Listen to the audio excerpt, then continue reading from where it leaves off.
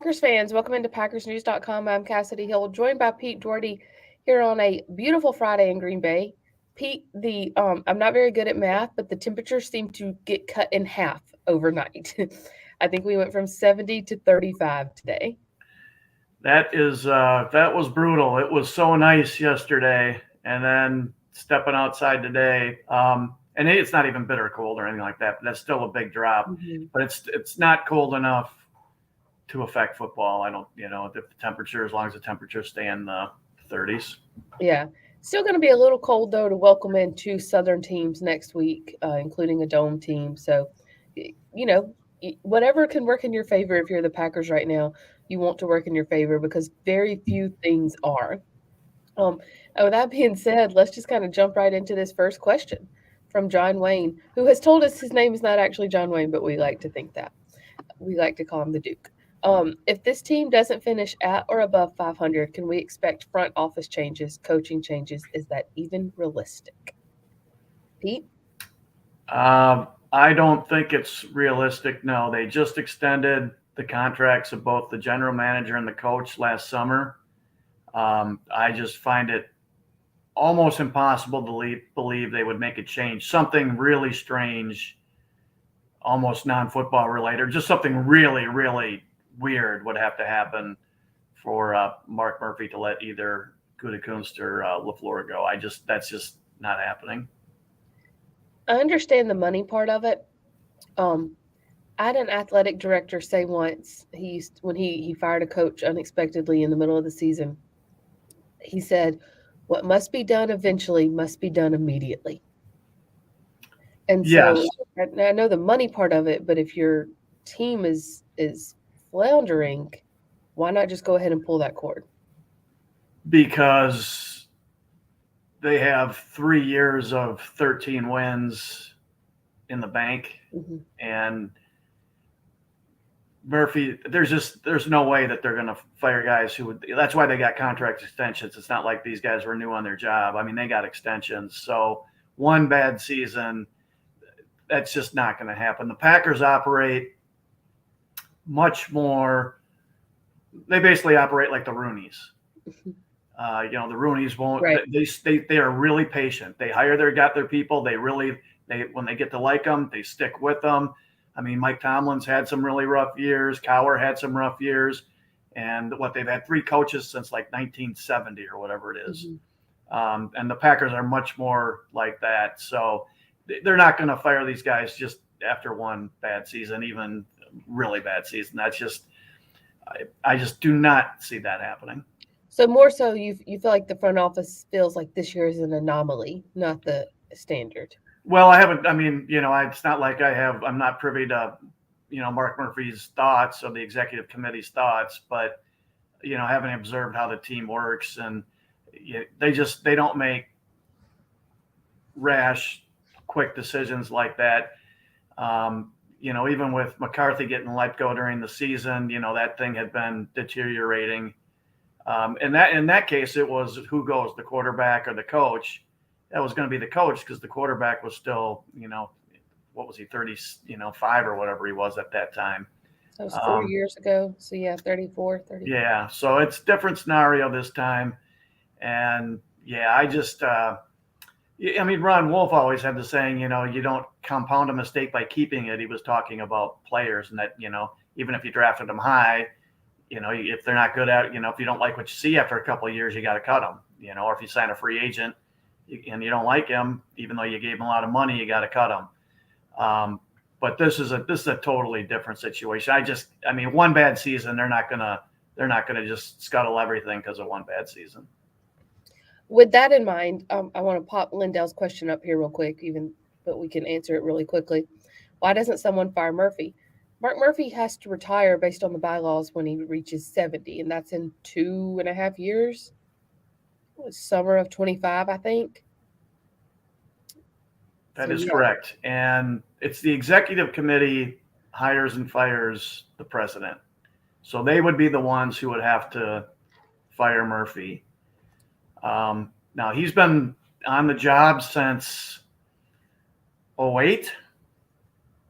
That's a long time, and the executive committee has turned over I'm pretty sure he's appointed everyone who's on the executive committee now. So I think the chances of the executive committee firing him are pretty remote, or at least firing him after one bad season are really remote. That's just not happening. Mm-hmm. We have a lot of questions in here about Eric Stokes, so let's stop and address that for a minute. Randy asks, is Eric Stokes out for the season? Interesting point of view from Karen, who says, do you really think that these are long-term injuries for Stokes and Campbell, or is it just not wanting to play on a 3-6 team? Callum asks as well, is Eric Stokes out for the season? Eric Stokes, LaFleur didn't want to officially commit to that, but he pretty much said he's out for the season. Eric Stokes all week has been in the locker room. He's made sure to still be in there every day. He's in a boot. He's on crutches. He told me on Wednesday that he should know by the end of the week. So this is the end of the week. But he's, just trying to take it one day at a time right now. All of the stuff he said, cliche answer wise, were the things a player says when they're out for the season. And it seemed like even his teammates said, we're going to still have Eric around and we're still going to have him in the building. Those are also the things a teammate says when they feel like their teammate's out for the season. He had an ankle and a knee injury. Seems to me to be more the ankle given the boot. But, you're over halfway through the season at this point. Even if you go on IR, that's 4 weeks. That means you're coming back week 14. And so at that point, it's kind of like, what's the point of risking it unless you're going to make a playoff push? So all of that to say, do you feel like we've seen the last of Eric Stokes this season? Yeah, you have a better handle on this stuff than I do. But if he can come back and play and he's fully healed, then yeah, they'd want him to come back and play because he needs the playing time. He can get better.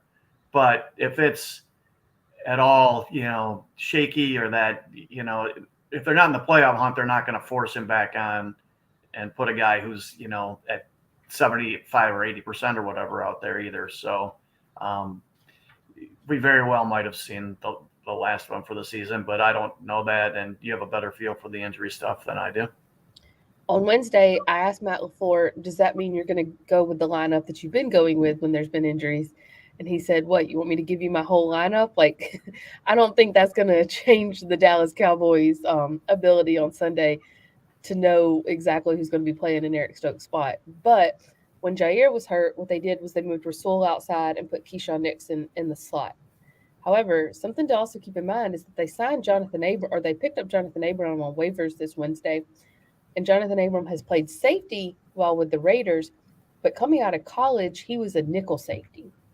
And he has played some nickel packages with the Raiders as well. So I don't think they'll change anything. I think they'll still keep Amos and Savage at safety, Douglas outside, Keyshawn in the slot. But having Abram there gives you a little more flexibility. Either put him in the slot, to move Savage up to the slot, and put Abram at safety. You can do a little bit more there when you have that flexibility. But that being said, and I know there's some questions in here about him, so let's talk about Jonathan Abram for just a minute. Pete, this is a former first-round safety. He and Darnell Savage were the two first-round safeties in 2019. Now they are in lockers right next to each other. On paper, that sounds really good for the Packers, but do they really have an advantage here at safety now? Well, the Raiders aren't going to cut this guy if he's playing good football. So, because he was not cut for other reasons, it was for performance reasons. So, I am curious to see, if not this week, if sometime in the next few weeks, they actually do give Savage a shot in the slot, see how he does up there. I don't know if Abram is, ready to play a lot this week at safety, but I'll be curious to see if they do, see if a change of position helps Savage out at all. But they're both first-round picks who are really struggling. Savage's tackling has just been a really big issue. I really thought in the last year, or at least two years, or maybe at least this year, that he was going to take off because he's got a lot of talent, but it just does not happen for him. Mm-hmm. Let's jump to the offensive side of the ball for a minute. Levi asked, does Rodgers not like throwing to the middle of the field? Is that a reason why they never had good tight end production? Would he waste the Andrews, the Kittles, and the Kelseys of the world? Pete, on Sunday versus Detroit, there were two plays that stand out in my mind. One where he had Tunyon and Lazard both running over the middle, wide open with a step on their guys, and then another where he had DeGuara open down the seam and he threw it to the left corner out of the back of the end zone. Rogers said on Wednesday that with the Tunyon and Lazard play, their spacing was a little off, and so it messed up his eyes. But it's also kind of easy to see, and he admitted that when you watch it back, he should have gotten the ball to one of them. And the same thing on DeGuara. He said, I should have gotten the ball to Josiah there. Does he just not, to go back to Levi's question, does he just not look at the middle of the field? I mean, I think he does. I think he's completed a lot of balls over the middle of the field. When Jermichael Finley was the tight end in 2010, they actually had the offense was kind of built around Finley. And if you're at training camp, like Finley was catching a ton of passes. And then he went on, like, and I can't remember which week it was, but it was probably about week 4 or 5. He hurt his neck and was done for the year and done for his career. And they actually went on to win the Super Bowl, even though they spent all camp basically working on a passing game around their tight end. But anyway, he's throwing the ball to Finley like crazy then. So he is really interception averse. And so, maybe there are some throws over the middle that he just won't pull the trigger. So, I mean, maybe there's something to what you're saying. I can't say it jumps out to me as an issue, but maybe there's something to that, to what Levi's bringing up there. And then the one time he really did pull the trigger over the middle on Sunday was to Tunyon in double coverage, and it got picked off. Yeah, it was, because he like on because I asked him about you said what he said about the two plays. And the DeGuara one, he said, he didn't say how, but he said the timing got messed up on that play. And he kind of equivocated, but then just said, yeah, and I'm even so, I still should have thrown it to him. They were both, you watch them on tape, and those guys are just wide open. Mm-hmm. And he just, apparently what happened on the Lazard-Tunyon one was because Tunyon changed the route, it just startled him, and by the time he figured out what was going on, he felt like it was too late to throw it. So he held the ball, and he ended up getting sacked. But that would have been two really big plays, especially either Lazard or Tunyon. They would have had a decent chance of scoring a pretty long touchdown. Which I get that, but that's an explanation I would expect to hear from Zach Wilson, Justin Fields, Trevor Lawrence, not an 18-year 4-time MVP vet. It was shocking. I mean, our Tom Silverstein and Leroy Butler went over that play with their tape review. They do that early in the week. That was one of the couple plays they covered, and you could tell Leroy was he had no explanation for why Rodgers didn't throw it. Right. Let me get back up here to this question. John asked, who is going to take Romeo Doubs' spot on Sunday against the Cowboys? And it sounds a little weird to say, like, oh, this rookie receiver has thrown their entire offense into a tailspin when he's not out there. But that's kind of what happened against Detroit. The receivers, a couple of them said after the game, when Romeo went out, we lost a lot of packages that we could do. And so how do you replace that?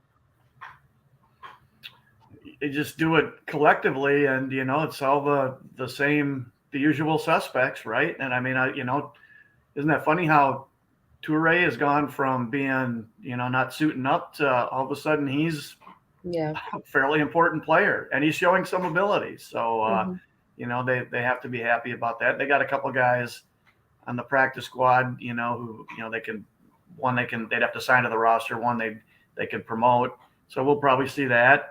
But it's just going to have to be, collectively. Guys are, Lazard, all those guys, they're going to have to play a lot of snaps, and losing Doubs hurts because, he's one of their most talented guys. But Watson's going to play this week, right? Yes. So they'll have him back too. So that that'll help. He's completely out of concussion protocol.